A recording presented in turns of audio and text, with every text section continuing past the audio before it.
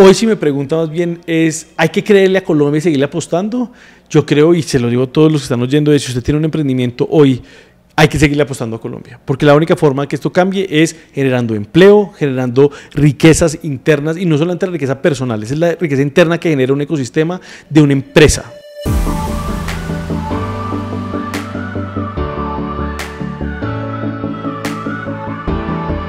Bienvenidos a Pulso Futuro, soy Juan David Aristizábal y uno de los retos más importantes que tiene el país es cómo aumentamos el número de empresas que creen empleo y prosperidad colectiva. Un país donde nos queramos quedar, y el invitado de hoy es una persona que le ha dedicado sus últimos años, sobre todo ha perdido el pelo en la mitad de eso, para crear empresa, crear negocios y hacer que desde Colombia se exporten productos para el mundo, y se llama Alberto Henao, empresario, socio y cofundador de LOC, que nos va a contar de qué se trata. Beto, gracias por estar en Pulso Futuro. Pues Juan, muchas gracias por la invitación, pero primero creo que el pelo se me cayó desde la universidad, pero creo que me ha sacado las canas de poquitas, pero ahí vamos.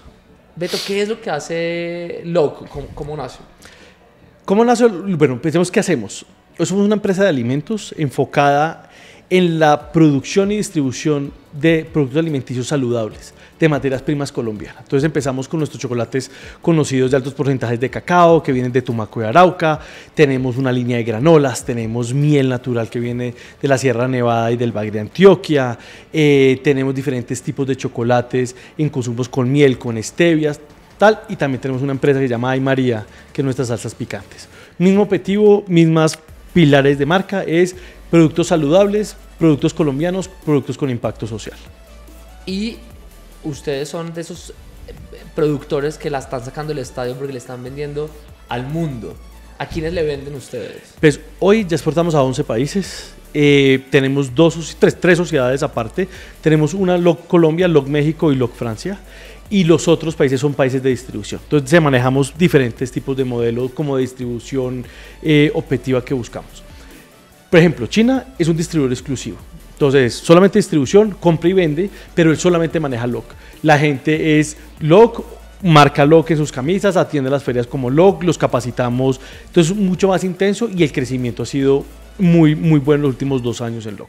De hecho, acabamos de llegar por segundo año consecutivo del CII, que es la feria más grande de China, que China exporta, China importa, no China exporta.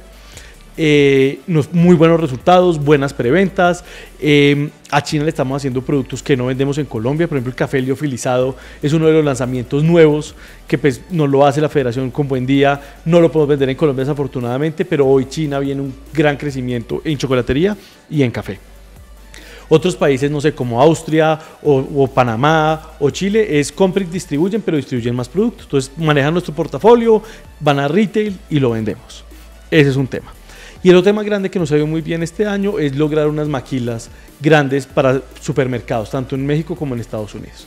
Ya maquilas propias, entonces Central Market, el H-E-B y entre otros más pequeños. Por ejemplo, en París manejamos otros que le hacemos maquilas para poder exportar. Uno lo oye a usted y dice, eso es muy fácil. Pero cuando uno se acerca a la vida de la persona que hace empresa, se da cuenta lo difícil que es. Y ya me voy a ir a lo difícil, pero cuando usted tenía 22 años, decía que quería ser empresario y le dio a muchas empresas. Usted lo intentaba hasta que con cierto éxito algunas, pero era como 3 pasos para adelante, 2 para 5 atrás. para atrás. Y hasta que un día como que ya hay que ponerse en serio, como bueno, esto funciona o no. ¿Cuál fue ese día en el que usted tomó la decisión de yo no voy a decir no más a mi sueño, sino voy a hacer empresa? Es una buena pregunta. Yo creo que yo me he quebrado con una empresa de ingeniería. Claro, un administrador de empresas haciendo carreteras era muy complejo. No nos fue bien con un proyecto y salí a buscar cómo estructurar algo. Yo tenía como una marca de café que se llamaba Tierra Grata. Y el día que eso no estaba dando, fui y busqué trabajo porque no tenía muchos recursos para hacer, y me fui y traté de montar buscar ¿No tenía trabajo. recursos para hacer para vivir? O para, o sea, No, ya. Usted no tenía para vivir Ya, usted. estábamos ya pucha tocando fondo. Entonces, listo. ¿Qué sentía ahí? O sea, No, ¿cómo en ese yo momento? creo O sea, que tenía una empresa, tenía Tierra Grata, esto. No, yo creo que eso viene como sin caja para pagar cosas. Sin caja para pagar cosas, pero también ya una mucho más estresante que esa, es sin caja para pagar cosas personales. Como pues pucha, tenía los ahorros para 3 meses de arriendo, tenía para el mercado y ahí paré ya de contar. Y yo creo que ahí se mezclan varias cosas del emprendimiento también, y es, una empresa puede vivir generando pérdidas, pero sobrevive porque tiene flujo de caja, pero ya uno personalmente sin flujo de caja, pues es muy difícil la supervivencia. Entonces ahí fue que llamé a una amiga y le dije, necesito que me consiga un trabajo en serio, rápido. A las 3 semanas tenía un trabajo como gerente de una planta de asfaltos, y yo decía, pues pucha, esto no es. Llamo a mi mamá y mi mamá me dice, no sea bobo, siga su sueño, que necesita, me ayuda unos meses más y me da gasolina.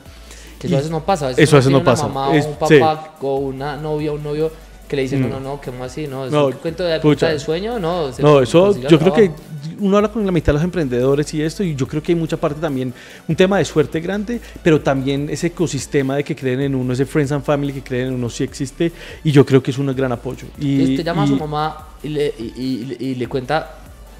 pucha, ya conseguí un trabajo, me pagan súper bien, listo. Y ella me dice, venga, ¿qué es lo que pasa? Mi mamá vive en México en ese momento, ¿qué es lo que pasa? Venga, no, yo le ayudo con esto, yo le ayudo con su arriendo y hágale.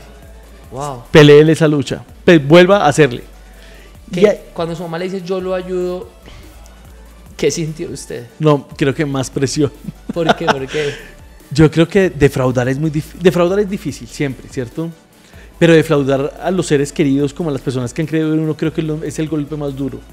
Y eso es como cuando uno esa vergüenza, sales a la calle y no lo lograste, va y venga. Pues este caballo, la vida es muy larga. A veces uno se sube a una montaña rusa, a veces está arriba, a veces está abajo.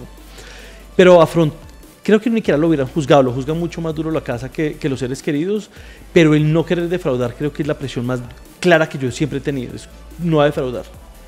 Y han creído en mí y no a defraudar. Entonces, bueno, usted tiene ese respaldo.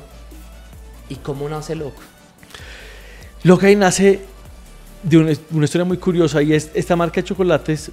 Me llama el padrastro de mi esposa actual, la única esposa que he tenido. Diga de una vez y se quede en público, si tuvo otra y no lo había contado. Y que quede, la única esposa que quede, y me dice, ¿por qué no me ayuda a estructurar un tema de productos premium colombianos para exportar? Tenía una red de distribución muy grande en Estados Unidos, pues a todos los supermercados les llegan a 4 ediciones de Walmart, creo que hoy le venden a todo Walmart, Whole Foods, Trader Joe's, y yo dije, pucha, esta es la oportunidad.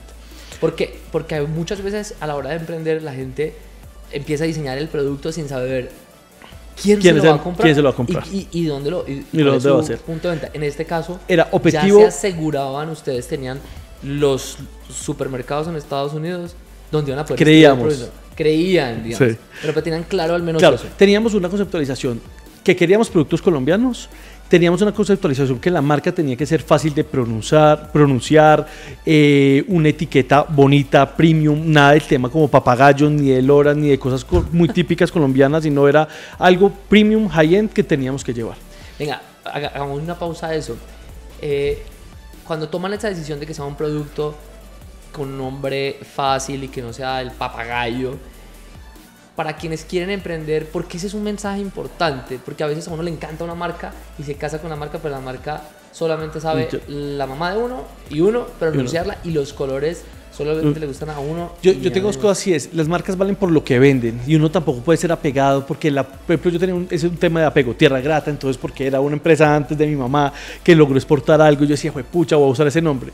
Cuando solo me dicen, ningún gringo va a pronunciar Tierra Grata, vamos a matarla, y uno dice, bueno, empezamos a renunciar cosas, vamos a entender esto, estos son los que saben, entendamos cómo podemos hacerlo mucho más rápido. Entonces, bueno, entonces ustedes tenían muy claro esto, una marca, los posibles clientes a dónde van a llegar. Y productos empezamos a buscarlos en Colombia. Ok. Pues entonces, antes de la conceptualización de marca, y ahorita seguimos con eso, es una de las cosas importantes de los desarrollos de marca es siempre entender cómo va a ser no solamente la marca del empaque, sino ese kilometraje de marca. ¿Dónde la podemos llevar? ¿Cuáles van a ser los tonos con los que vamos a hablar? ¿Cuáles van a ser los colores? Cuando uno empieza a definir eso desde muy temprano, es mucho más fácil después empezar a aterrizar productos, desarrollos de líneas y etcétera. Porque a veces entonces uno ve marcas que tienen un producto A de este tipo y un producto B totalmente diferente. Entonces es que cambiaron de diseñador, Totalmente, todo uno siempre cambia de diseñador, pero que no cambie como el lineamiento de las marcas, que eso es importante para que construir esos bloques de colores que son importantes en las góndolas, en los supermercados. Entonces, ya teníamos la marca, pues teníamos la conceptualización de marca, faltaban los productos. Entonces me puse a buscar palmitos del Putumayo, pimientas, café y chocolate, que era como lo que Colombia estaba creciendo. Me fui por una feria en Estados Unidos, el Fancy Food Show, y lo caminé y me di cuenta que apenas estaba arrancando en Estados Unidos ese bean to bar, que era el grano a la barra, y estaba cogiendo una gran fuerza y uno veía las marcas grandes y estaba viendo una cantidad de marcas pequeñas contando una historia del cacao, muy parecida a lo que pasaba con el café, o lo pasa hoy en día con el café y hoy más con el café. Entonces nos dijimos, pues los otros no nos dan el volumen, empecemos con chocolatería. Y arrancamos con chocolatería, nos buscamos un maquilador en esa época, que era la Looker, tocamos las puertas de la Looker nos dijo no por el volumen, todo se cae al piso. Claro, ustedes ya tenían claro dónde lo iban a distribuir. Pero no teníamos teníamos el producto, las muestras para vender. Pero no un producto en masa para poderlo tener en Estados Unidos. Se van a una empresa de este tamaño como Looker y le dicen, no, yo no se lo voy a producir. Sí, no, desarrollamos recetas, desarrollamos muchas cosas, pero cuando montamos la primera orden de compra, dice, sí, pero tiene que ser un contenedor. Y ahí, ¿uno cómo hace con un contenedor si no se lo han comprado ni siquiera a ese volumen? Entonces, el proyecto queda muerto. Yo le digo pues, a los gringos, oigan, qué pena, pues no hay cómo. Me dice, pues muchas gracias, chao, quédate con el resto de las cosas, tal. Y ahí invito a Carolina, mi socia, un día le digo que trabajaba en la Looker, que me atendió en la Looker, le dijo, tú sabes hacer chocolate, yo sé vender, venga, vemos cómo sacamos esto adelante. Nos juntamos, le hice la oferta pues, de la sociedad 50-50, la única condición es que trabajáramos por igual. A las 2 semanas me llama y me dice, acabé de renunciar, ahí sí sentí también presión. Ya renunció a un trabajo que tenía. Un trabajo, y además ya como, no sé si 9 años pues. Wow. Una cantidad de tiempo. O sea, creyó en usted y creyó en el proyecto. El proyecto. Y nos independizamos y arrancamos a vender. Cuando uno toma la decisión de montar empresa y de hacer un proyecto que es de largo plazo, hay un factor que es el contexto y es aceptar en donde uno arranca a nadar. Y ustedes arrancaron una empresa en un país que está ubicado en un lugar estratégico para el mundo, con un talento extraordinario, pero también con unas complejidades legales, tributarias. ¿Por qué le apostaron al país? O digamos, eso no se preguntaba, sino que dijeron, pues es que aquí nacimos, hagámosle. ¿Por qué creyeron en Colombia? Muy buena pregunta. Yo creo que en esa época no lo veo y le contesto 2 temas anteriores. Retos fundamentales. Colombia se toma el chocolate, no se lo come. A ver, espérese. Colombia toma chocolatico, entonces...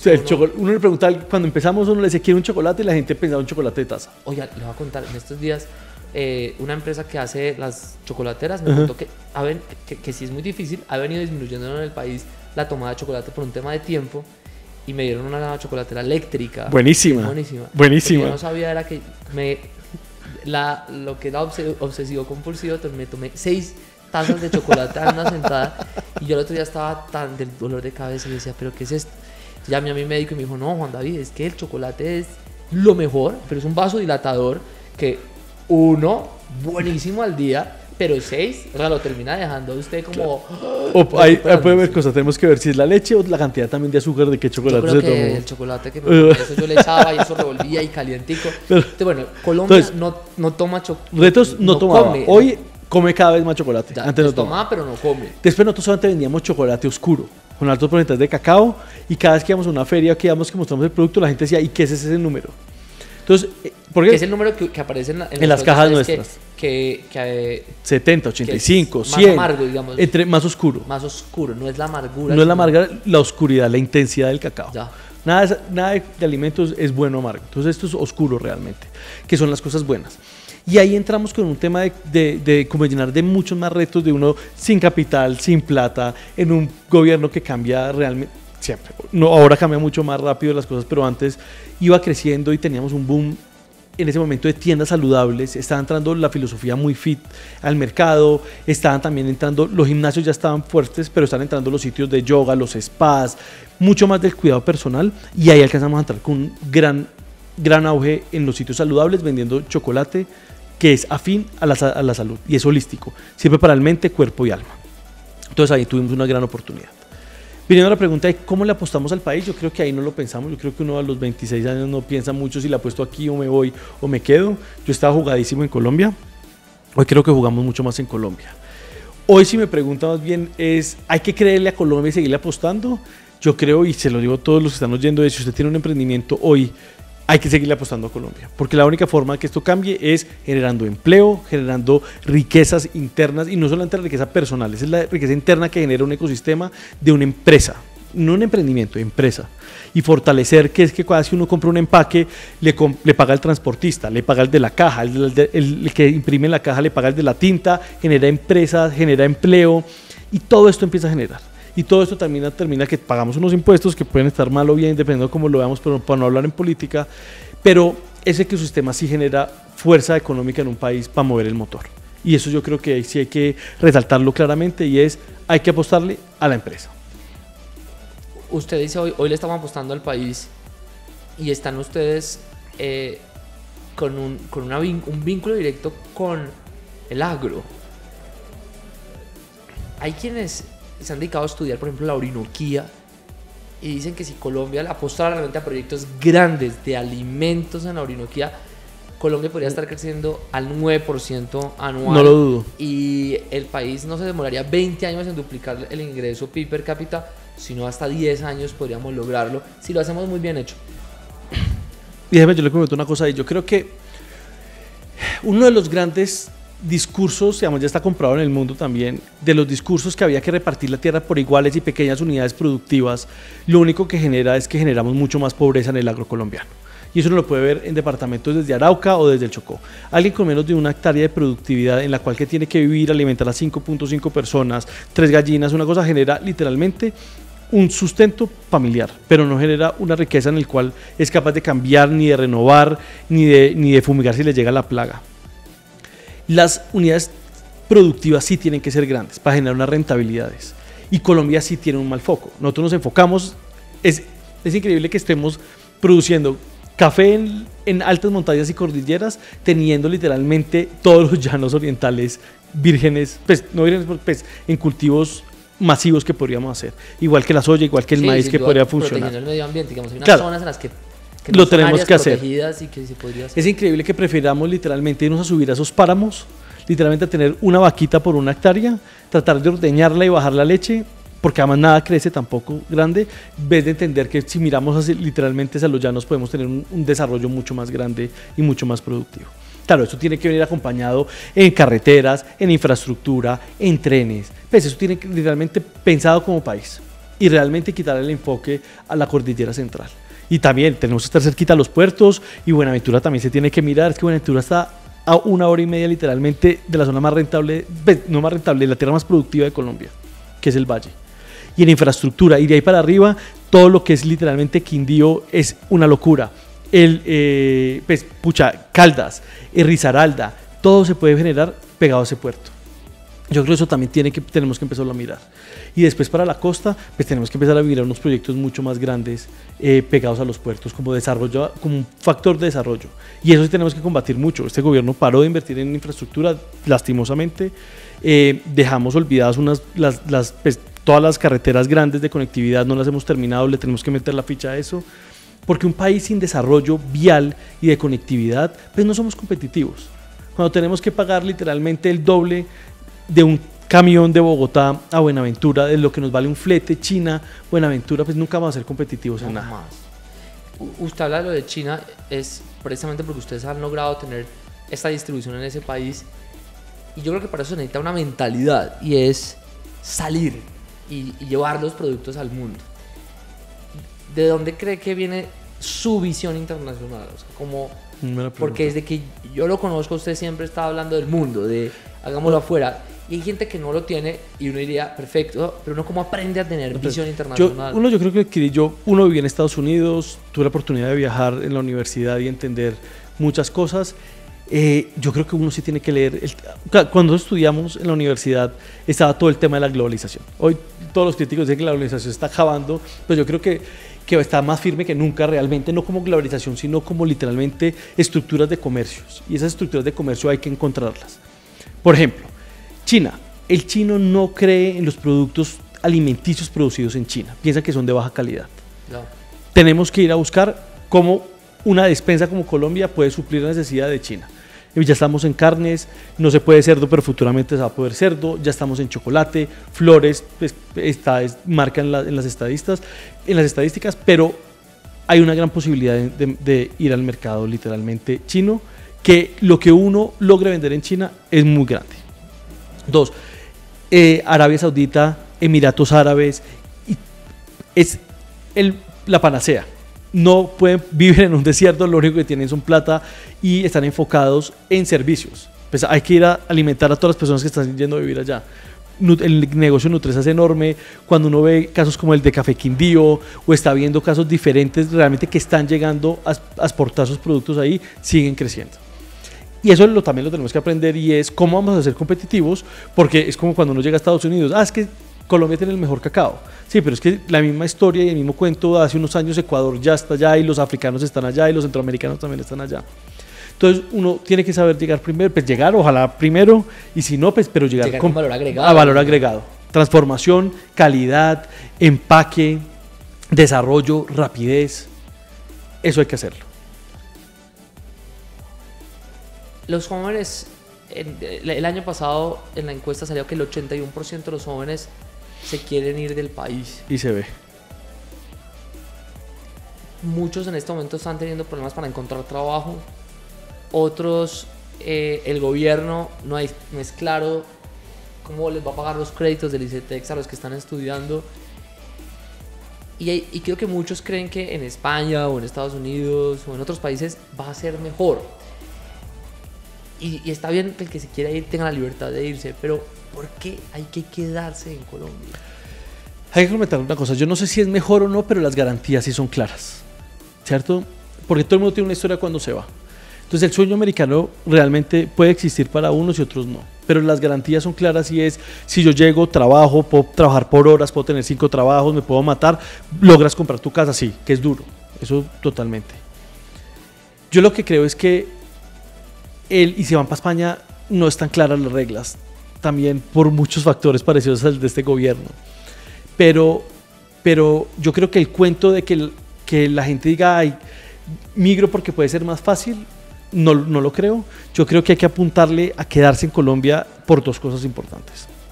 La primera, no es por la parte filosófica y bonita que todo el mundo dice que hay que construir país, que en el fondo termina, si uno se queda realmente lo está haciendo, pero es el que migra siempre tiene mucho que perder, porque tiene que empezar desde cero, y empezar desde cero cuesta mucho. Tener la oportunidad de estar en un país en la cual uno puede aportarle, literalmente, voy y hago una planta de chocolate, como se lo digo a mis niños, se levantan todos los días, se los agradezco, llegan, hacemos una parte de chocolate, estamos haciendo una transformación, todos estamos haciendo una transformación. El sentido de pertenecer a un país que hoy necesita que los jóvenes se queden y no estén mirando como el exterior como una gran oportunidad, es lo que necesitamos cambiar el chip. Y eso también se pasa es porque muchos solamente ven en las noticias las cosas malas. Entonces nos enfocamos en ver cosas malas, que el desempleo es malo, que todo es malo, que todo es malo, que todo es malo. Y esto pasa en los dos, ¿cierto? Cuando la derecha está en el poder y la izquierda tiene la oposición, o viceversa. Cuando contaminamos tanto el medio ambiente de malas noticias, pues uno, ¿qué le queda a los 23 años? Pues migrar, ¿cierto? Porque piensa que allá es bueno. Pero yo creo que si logramos ser objetivos y la gente hace como un análisis de perspectiva, nunca hemos estado mejor. En nivel educativo en Colombia, en desnutrición, en educación, desafortunadamente lo del ICETEX ahora, que creo que es una gran falla de este gobierno, quitar no los subsidios, quitar el ICETEX y volverlo en un banco, sabiendo que es la oportunidad para que las personas hagan literalmente movilización social hacia arriba. Pero volviendo al tema, no nos desviamos de tanto en la política, y Colombia nunca ha estado mejor en muchos ambientes, ¿cierto? Creo que el único factor que estamos más es que hay más cultivos de coca, pero tenemos que verlo y no nos tenemos que contaminar por literalmente los discursos del político, sino realmente ver las estadísticas. Y no es por este gobierno, no estamos mejor, no, es por lo que dejamos. Este gobierno ha empeorado mucho más las cifras, que eso también es un tema que sí hay que verlo, pero en general en los últimos 10 años Colombia ha estado mucho mejor de lo que nos tocó con nuestros papás y a nuestros abuelos. ¿Para dónde va lo que en este año que ha sido tan retador para las empresas? ¿Cómo fue, digamos, el 2024? ¿Cómo fue? Y ¿Qué viene en adelante? ¿Qué viene para el 2025? No, 2024 muy duro. Para uno, yo creo que el impuesto ultraprocesado le pegó demasiado al consumo. El impuesto a los ultraprocesados. A ultraprocesados. Entonces, empezó en el 15%, empezó en el 10%, se subió el 15% de 2023, empezando 2023, 15%. Eso genera un freno en la economía, también aumenta la inflación, el consumo por metro cuadrado en los puntos de venta se sintió frenado. La incertidumbre económica pues, genera literalmente altas tasas de inflación, los créditos por las nubes, entonces un gran frenón desde que Petro arranca 2023 se siente aún mucho más el golpe. 2024, a principios del 2024 nos pasa lo siguiente y es el precio internacional de cacao de $3.500 se sube a $10.000, $11.000 tonelada para abril. Uno como administrar $500. Aguantar, cerrar todas las llaves del gasto, desgramar el producto, tratar de negociar muy rápido con las cadenas para subir los precios al consumidor. Pero eso se vuelve difícil. Un déficit de cacao en África. Gran oportunidad para Colombia. Se quemaron unos... Se dañan. África no le invierte tanto a sus cultivos. De hecho, son dos países que tienen la mayoría del cacao del mundo. 87% del cacao del mundo se produce en Ghana y en Costa de Marfil. No hacen renovación de cultivos juiciosos. Les llegó también una plaga. Hubo una sequía grande. No hubo florescencia. El Subsahara también se mueve y se come unos grandes pedazos de cultivo. Y ellos que producen el 87%, hay escasez, el precio se dispara y llegan a comprar los especuladores también a Colombia, pues son los grandes acopiadores y los cacaoteros, casi pegan, el precio de Colombia se pegó al precio internacional y eso lo deja uno con la materia prima casi 500% por encima. Uno que tiene que hacer, pues moverse muy ágil, calma, hacer ejercicio, meditar, trabajarse, ir a un psicólogo porque es duro. Uno pensar que su materia prima le sube 500%, más es la materia prima del 87% de la venta, es muy dura. Mucha comunicación con los clientes, esto está pasando, noticias, informar y empezar a subir progresivamente los precios en la cadena. ¿Y qué viene para el futuro? Yo creo que viene, nada, lo mejor, ya lo peor pasó. No, todo, por eso, ya lo peor pasó, bueno. Lo mejor, nada. Seguir creciendo en chocolatería, fortalecer literalmente los canales de distribución mucho más abajo, es decir, lograr llegar a estratos 3, 2 es el objetivo del próximo año, diferentes marcas, involucrarnos mucho también en la parte de la producción y traer más maquinaria para volvernos un poquito más rentables, traer más productos diferentes al portafolio. Hay un tema que quiero, antes de irnos, y es la innovación. Parte de pensar en el futuro y que haya crecimiento económico, pues es que hay que meter la innovación a los productos. Ustedes lo han hecho. ¿Qué tanto de eso como que es explícito en LOC a la hora de crear cosas? ¿O eso pasa mucho porque ustedes son innovadores y eso ya está permeado? Sí, entiendo la pregunta. Y si lo digo es porque hay mucha gente que está ya pensando en, entonces Alberto lo que está diciendo es que hay que coger chocolate, cacao y exportar. Y del éxito de ustedes es que ustedes le han puesto mucho valor agregado. No, esto es innovación en los mercados. No le olvide que uno como usted está en Colombia, hay 50 y en el mundo hay 1000 por cada país. ¿Cierto? La innovación realmente es quién lo logra hacer más rápido, mejor, más bonito, más chévere y tratarse de salir. Cuando uno coge una góndola de chocolatería hoy es saturada. Cuando uno coge una góndola de chocolatería en el mundo, en un país desarrollado como Alemania o Bélgica o Francia, es aún más desarrollada. Entonces la pregunta que siempre nos hacemos es ¿cómo logramos competir ahí? Entonces cajas abiertas, que se vea el producto, los toppings, los sabores, llevar sabores literalmente colombianos como piña y mango, chuba y banano, la barra de café que se vende bien, diferentes presentaciones, barras grandes, barras chiquitas, toppings, cosas recubiertas, quinoa, los clusters. Entonces uno tiene que empezar a pensar en cosas que realmente pues, nadie está ofreciendo. Porque si no, te quedas en lo mismo. Una barra cuadrada en una caja de chocolate que todos los países, uno llega a Europa y todos dicen de Ecuador, de Perú, de Panamá, de Ghana, de Costa de Marfil. ¿Cómo hacen ustedes para tener mentalidad de innovación? O sea, ¿cómo se exigen ustedes? No, yo creo que es y pensando en cómo aprenden quienes nos están viendo si hacía eso para crear su producto, ¿cómo lo haría yo? No, yo creo que es el tema del pivotaje, es entenderlo muy bien, es entender ese product fit viene de muchas cosas. Uno, ¿dónde lo quiero vender? ¿Cómo lo quiero vender? ¿Cómo lo voy a empacar? Eso es bien importante, ese cómo lo voy a empacar, porque lo visual, eso gana bastante. Entonces ahí hay que gastarse un gran tiempo de esa medida de cómo quiero mi empaque, cómo lo hago ver, cómo lo hago que resalte en la góndola. Y lo segundo del tema es ya el producto. Pues eso es lo primero que nace, pues el producto es, que es ahí lo curioso es, nada, nos sentamos a echar ideas, funciona, prueba, volvemos a la planta, volvemos a hacer, miren esto que salió, demos de testeo.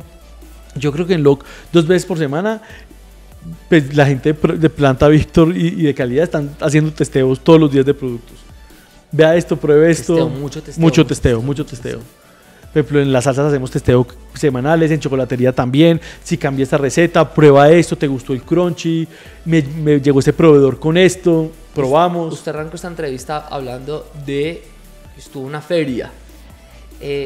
¿Por qué hay que ir a ferias? ¿Por qué hay que ir a abrir el mundo? Porque, por ejemplo, hay 2 cosas. Choco Show se acabó de terminar. Choco Show es como el show colombiano de chocolateros y cacaoteros en Colombia. Choco Show. Se acaba en Corferias. En Corferias, acaba de pasar aquí en Corferias, es colombiano. La primera vez que fuimos éramos como 5 gatos. Wow. ¿De productores, de importadores, de productor, de distribuidores? No, solamente producto nacional. Okay. Cacaoteros y personas que hacían barras de chocolate o trufas y bombones. Hoy, pues, eso era en la Hacienda Santa Bárbara, pues en la plazoletica hay 3 personas, que se llamaba la Casa del Chocolate y tal. Hoy ya llenamos casi medio pabellón de Corferias. Wow. Que es grande. Los visitantes, todos vendieron. ¿Y por qué hay que ir a esas ferias? Porque yo creo que uno, sí hay que ver la competencia, no es enfocarse en la competencia, pero sí hay que ver qué está haciendo la competencia. En las ferias internacionales hay que ir a ver qué está pasando en todo el mundo. Todo el mundo habla diferente, las costumbres son diferentes, los empaques son diferentes, y eso sí hay que verlo. El packaging norteamericano es una locura, el packaging europeo es otro, la cultura china es otra, y cada vez uno va a estas ferias y hay gente de empaques de todas las partes del mundo vendiendo empaques, vendiendo máquinas, vendiendo cosas, y eso a uno sí le abre el panorama para ver. Las opciones no se limitan literalmente a lo que hay en el mercado local, eso es importantísimo. Hoy estamos en un mundo conectado por 100.000 cosas. Hoy uno puede comprar de China desde 5 empaques a 10.000 empaques, un contenedor de empaques. Es fácil, es chévere. Estados Unidos el empaque también es económico. Beto. Y eso hay que ir para conocerlo y para poder uno ser diferente a lo que vende. Porque uno ve los emprendimientos colombianos y lo ve siempre en la misma bolsita. Las 3 bolsitas que vende. Además de usted leer Pulso, ¿qué otros medios lee usted?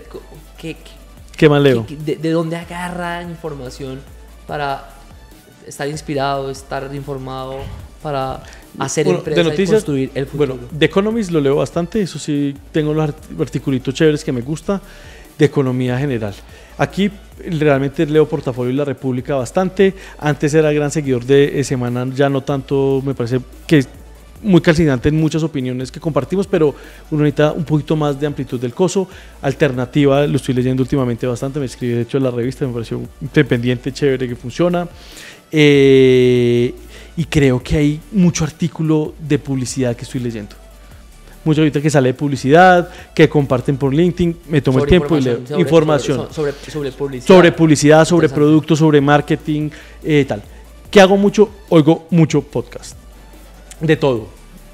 Desde El Inspirador, desde unas viejas mexicanas que últimamente sigo bastante, que se llama Chisme Corporativo. Entonces uno tiene un tiempito y se lee algo, y cuando quiero algo, pues tengo unos desde Freakonomics, que voy bajando y voy viendo qué hay de ciertos temas. Hoy sí le gasto el tema, oír un poco más de podcast que leer como un medio específico que estamos leyendo. Beto, gracias por eso, gracias por hacer futuro, gracias por hacer empresa, y que el año 2025 sea un año espectacular. Y para todos, un mensaje final que sí es... ¿Cuál? Cuente, Beto. Quedamos en Colombia, todo camino es duro. Todo camino es duro, el emprender es difícil, emprender en un país como Colombia puede ser difícil, pero es gratificante y se puede hacer. Gracias, y yo sí creo que este es un país en el que tenemos que construirlo para que nos queramos quedar. Y hay que apostarle a quedarse. Cuando uno oye las historias de la gente que se fue, creo que son mucho más duras que la gente que se quedó y lo pedaleó. Y es, el que se va tiene mucho más que perder que quedándose y haciéndose. Y por eso el futuro se construye con agencia. Esto es Pulso Futuro y nos vemos en una próxima oportunidad.